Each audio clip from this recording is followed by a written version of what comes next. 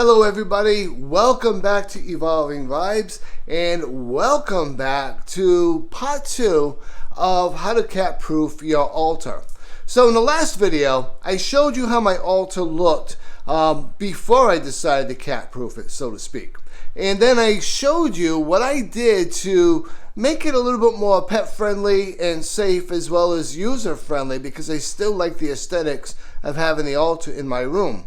So all that being said, I went 2 weeks with the setup as I left it with you on the video, and now I'm going to show you a follow-up of how all of that has worked out for me in the past 2 weeks, as well, and more importantly, some might add, how it's worked out for the cats. So please watch the whole video. Thank you so much for the subscriptions I've been getting.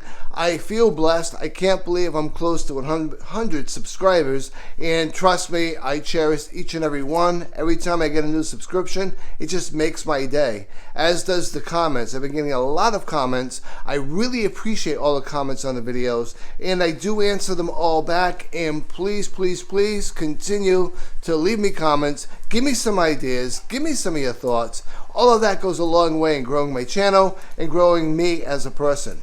So all that being said, let's take a look now at how my altar looks 2 weeks after cat proofing it. See you in just one moment as I turn the camera around.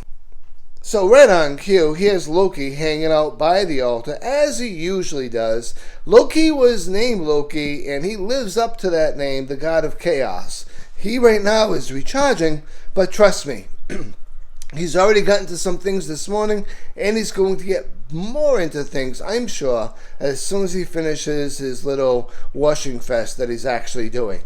So let's go over to the my altar now and see exactly what's changed and how everything looks. So all of my tarot cards are right in here. I just did a psychic festival last weekend, so I still haven't packed up from that. And this is my going to work tarot deck. It usually is on me, and I use it when I'm actually at work. As we pan over, we can actually see that nothing has changed back here. Because this wasn't one of their pathways to walk through, I put all my candles up against there, and believe it or not, that's actually worked. It's still something that they're not bothering with, and I'm really glad about that. As we pan down a little bit further, here's my crystal ball. I do keep it covered up during the day because of my window right outside here. Can create a little bit of havoc as the light rays really do hit it. But you can see how this area too has remained unchanged. I do have one of my kittens that love just laying right around the crystal ball, and she's been doing that, but actually she's been doing it, but nothing's been knocked over. And I think because everything is actually on here, Max hasn't tried to knock anything over either. And as we come a little bit further towards the side, I'd have to say my grimoire hasn't been bothered whatsoever.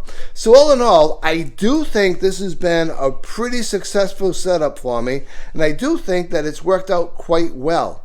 Now, join me in a couple more minutes, and I will show you my Beltane altar, because as I said before, my altar cloth is under there, and I will be putting together my Beltane altar, because today, of course, is Beltane. So see you in a couple of minutes, and we'll talk more about my Beltane altar.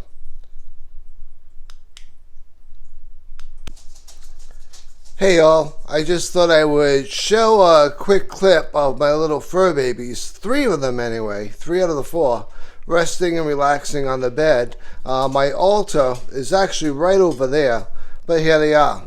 Joining them right now is Coco, and she's going to make an entrance that I'm going to have to intervene with. Hey everybody, I am back. As I said, I had to intervene just a bit with Coco and the fur babies. Basically, she just wants to go over and hang out with them, and they're generally fine with it, but they were all so comfortable. I didn't want to have to deal with her chasing on them or them chasing on her, which they do most of the time for play, but, you know, still. I got other things I got to do right now. So she wants to be involved in the video making, as you can see, and I'm just getting ready to set up my altar, and she's clearly going to be helping out a little bit, and I will see you once it's all set up so you can actually see how it turned out and what it looks like. See you in a bit. Hello everybody, I am back. So I completed setting up my altar for the Sabbath.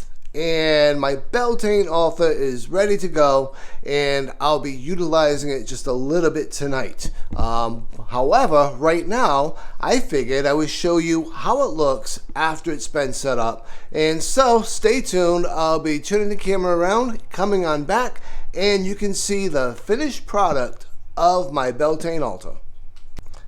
Okay, so we're back. So this is the view from my altar, and this is what inspires me both during the day as well as at night. The sounds you hear during the day and the night are just outstanding, and on the full moonlight, it's amazing. Now, as I said, you can do a certain amount of things to coexist with your altar and your cat, but there's no such thing as absolutely positively cat-proofing an altar. And nothing reminds you more of that than Shadow being in the window after walking across my altar to get there. So let's take a look now and see, what does my Beltane altar look like? So as we pan down now, you can see my altar all set up. I actually am enjoying some ginger green tea right now. It's wonderful and strongly and highly suggested. If you do love ginger and you do love green tea, it's a magical combination. As for my altar, however, there's some things that I do want to bring forward. First and foremost is my choice of altar cloths. So Beltane, to me, the colors are really summery colors: yellow, oranges, reds, or different hues of red and pink. That being said, I went out and I bought a bath towel, and to utilize that as my altar cloth. And you're probably saying, what? Why a bath towel? So this is my tradition. It's something that I started doing a while back, and I enjoy doing it. So this altar cloth is going to be infused with the energy of the Sabbath, of Beltane, which is all about prosperity, it's about fertility, it's about kitty cats getting right into your screenshot and not wanting to move. Hold on one second. There we go. Thank you. It's all about positivity. So being infused with that energy and being infused with the ritual that I'm doing tonight, which is all about protection, love, and prosperity and abundance, this altar cloth is going to be my bath towel after that. And I do that with the other Sabbaths as well. So whichever Sabbath I might be on, I choose a bath towel that really, to me, resonates the Sabbath. I utilize that bath towel as my altar cloth, and then I infuse that energy into that bath towel. Now, when I go to get in my shower in the morning, whatever day I might be on, whatever energy I feel I need for that day is the towel I'm going to use. It's because I'll be cleansing myself in the shower. I'll be assuring that as I come out of the shower, I'm ready for new energy, and I'm ready to have energy that I'm looking to vibe with for that day. Henceforth, the bath towel, infused with the magical energy of that Sabbath, and the meaning of that energy is what I'll utilize to wipe myself down, dry myself off, and infuse that magical energy into myself for that day. I started doing this tradition a while back. I love doing it. It's something that I do each and every Sabbath, and let me know what you think in the comments about it. Now, as we move closer, I do have my magical tools, of course. I've got my stones, I've got my crystal ball, and I do have all of my candles set up for tonight.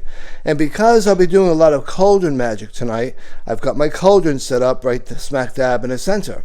And in the window over here are some of the tools that I'll be utilizing tonight. I've got them cleansing and bathing in the Beltane light during the day to be infused with that energy, and then tonight I'll be utilizing it with my rituals that I'll be doing. And I'll talk more about that in a later video. So I do hope you enjoyed my before and my after of how to cat-proof your altar. You clearly cannot completely and totally cat-proof it. And as I said in the first video, why would you? It's just part of the magical energy and the magical realm that's going on. So that being said, enjoy what you have. when you want to minimize what the disruption is going to be with sharing that altar space with your kitty cat, your felines, and other pets, of course, and just set it up that way.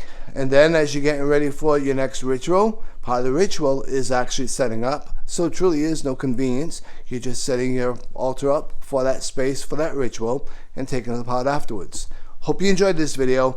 Please be sure, if you have not already, like, subscribe, leave me that comment, let me know what you think, and hit that notification bell. This way you'll be notified when I drop new content on my channel. So until next time, be safe, be well, and as always, be blessed.